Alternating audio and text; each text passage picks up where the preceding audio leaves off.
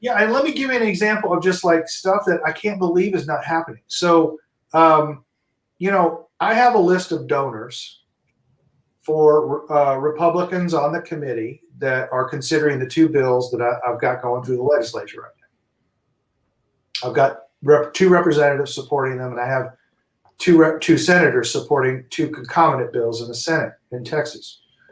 So I've got all these Republicans that are on this committee. There's 7 of them. And I've got their donor lists. And I'm going to visit their, most of these donors are banks and financial institutions. Some of them are large car dealerships and things like that. Right. I'm going to go visit with the owners of these places. And I'm going to say, here's the deal. It's real simple. If this representative votes against protecting children from transgender sexual mutilation, he votes against that. I already have a lease, and I show him the paperwork. I already have a lease on that billboard right across from your business, and I'm going to say that you paid to castrate little kids, and you're going to sue me for defamation, and I'm going to go into a Texas court and prove it.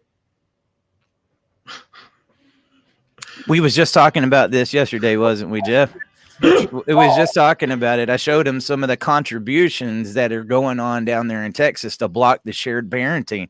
And, I was prepared to go talk to the legislature and be like, it says right here, you got a $200,000 donation. And this is the person that's in our opposition. Would you like to tell me about this? Because I'd like to know, it's going to take that stance, guys. You got to start going after donors. Not just, I have a representative. His name.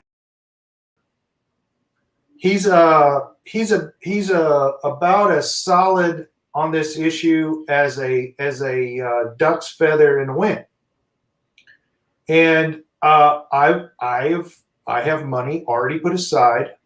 He owns a bank right here where I live. We'll picket his bank, and we'll hand out flyers to every customer that goes into his bank saying that he supports the castration of little boys. I already have a Photoshop of him where I put his head on a rancher's body that's castrating a little cow. That's what he's doing to kids. And I said, do you want a bank here? I have cards from 3 financial representatives at opposing banks. You can go put your money there. They don't do this to kids. I mean, that's the stuff that needs to be done. Yeah. Okay? This whole thing about trying to convince legislators don't get convinced. Legislators get forced to do things. So Jonathan Stickland said something that I thought was very good. He said, you make it so that legislators have to vote your way even when they don't want to. And that, he was talking about some of the things that he did that they were just mad as could be at Jonathan. Because, Jonathan, he had his winsome ways, right? Well, he forced public votes when they didn't want public votes. And exactly. He violated the script and added amendments that they had to vote on, and they all had to vote for it, even though the establishment didn't want them to. So they hated him. Right, they did. But then he said at one point, I was at a meeting with him not too long ago, and he said, what happened was this. They hated me. They could not stand that I did this. But one of the guys who absolutely detested me and hated me voted for what I was doing. And now he's actually running on that platform in a sense. And he's actually behind it because he saw it was popular with the people. So you make the legislators act in a way that makes them popular with the people. I mean, you're right. We should stop. Money and votes.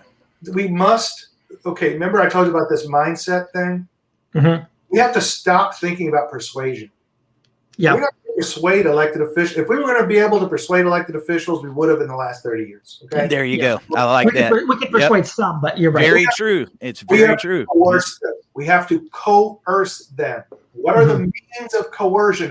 Is a question you should be at. Not the means of persuasion. What are the means of coercion? Yeah. Right. Taking away their damn donor money is one of them. Right. Taking away their votes in their district is another one. Besmirching their reputations, which they care a lot about. Besmirching their reputations with irony, ridicule, memes. They don't like that stuff, right? You got to find the means to coerce these people. They're not persuadable. Yeah, when Garth Brooks wrote that song, I've got friends in low places, sometimes we have to have those friends in a sense. Yeah. I mean, I think that there are certain people that have to walk in a certain way and not remain untouched. And we have each one of us do things a little bit differently, but we do know people that, the enforcer, so to speak. It's like, well, hockey, what they used to have, that one big defensive guy that made sure that everybody kind of played fair. And if people didn't play fair, you found out that the enforcer came and he made sure that next time you would play fair. And you decided after meeting the enforcer, you know what, it's not worth playing dirty anymore. What it comes down to is you telling the truth. That's what what amazes me about this. This is so easy. All you have to do is tell the truth about what people are doing that they don't want other people to know. Right. Right. Yeah. Absolutely. That is it. More than that. Now you might tell it with a billboard with superimposing a legislator's head on a rancher castrating a bull. You might tell that story by just passing out on an email list to all the Republican clubs or Democrat clubs or Libertarian clubs about what this person is doing. There's lots of ways to get the truth out there. There's never been more ways. Yeah. So personally, Jeff, this is the way that I've tried to do it, is that I try to keep it narrow first before threatening to go bigger. And I think you probably agree with that too, because at the end, you want to have an ally, even though he may hate you, you still want that person to be your ally. So, sometimes it's the threat itself that is enough.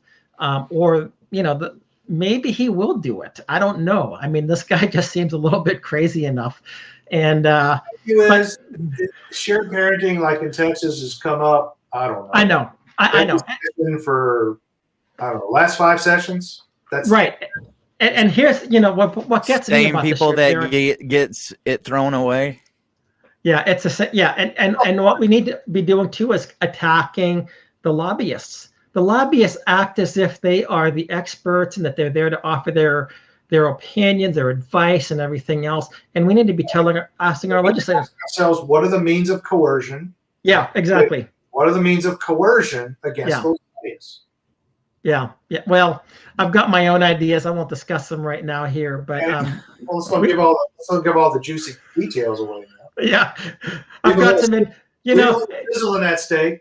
Yeah, if you scour the internet enough, sometimes you find things that That's right. That's right. Followthemoney.org, guys. Anybody that you want to find out, put their name in and you'll see where the contributions are going to, which is what I was showing, Jeff the other day. They're making big contributions, especially in the state of Texas, to make sure that shared parenting doesn't go through. Big contributions. The law firm that I'm facing, that David Garza is facing, I believe is the largest contributor to judicial campaigns in the state of Texas. Right. And that's, exactly. That is a huge, well, I don't know if they are or not, but I know what you're saying. And that is a huge issue. I use it against them all the time, though. You can turn these things against them, Yeah. I get pressured by them in court, and I just say, hold on. I'm getting a little nervous. I'm facing the most powerful law firm in the state of Texas that gives all these donations to judges. Give me a minute to get my head together to answer your question. They love it. Oh yeah, I know. It's a weakness as well as an advantage. Yeah.